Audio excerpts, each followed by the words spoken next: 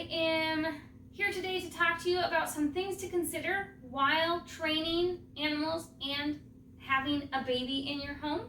So there are a lot of different ways you can set up training sessions so that everybody can be successful.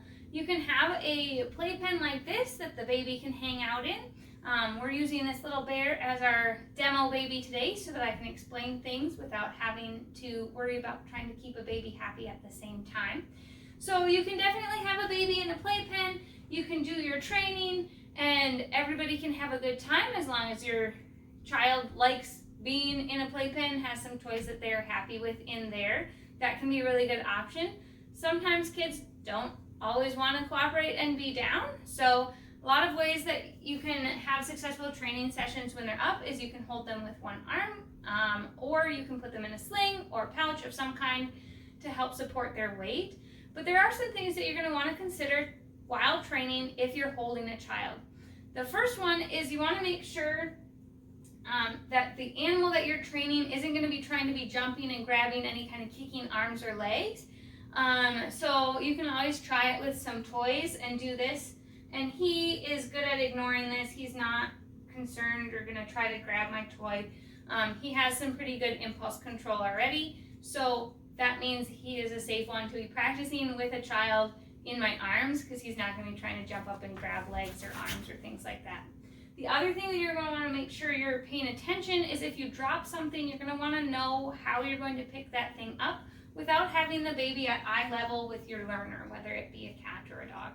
So in the other video, which will be linked at the end of this one, there's a demonstration of how I do this.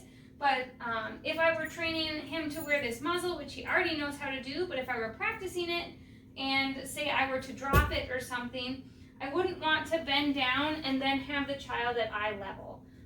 Especially not if I had dropped it over here and then the baby is really close.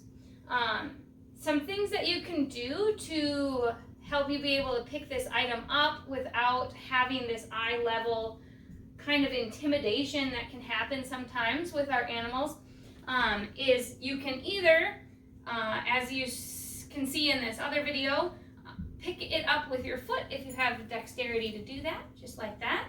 If you don't, you can turn such that the baby wouldn't be at eye level. Martok, come back. Thank you. Thank you.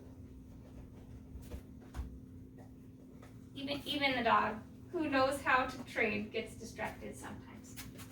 Wait, good dog. So I could move such that he's not at eye level with any of my learners, and then I can bend down and pick it up so that there isn't that direct eye contact.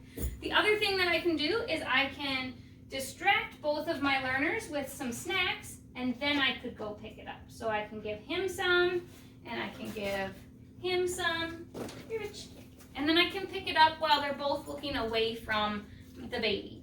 That way I don't have that intimidation of direct eye contact with either of the learners that I have here today, and I can avoid that kind of level of potential intimidation.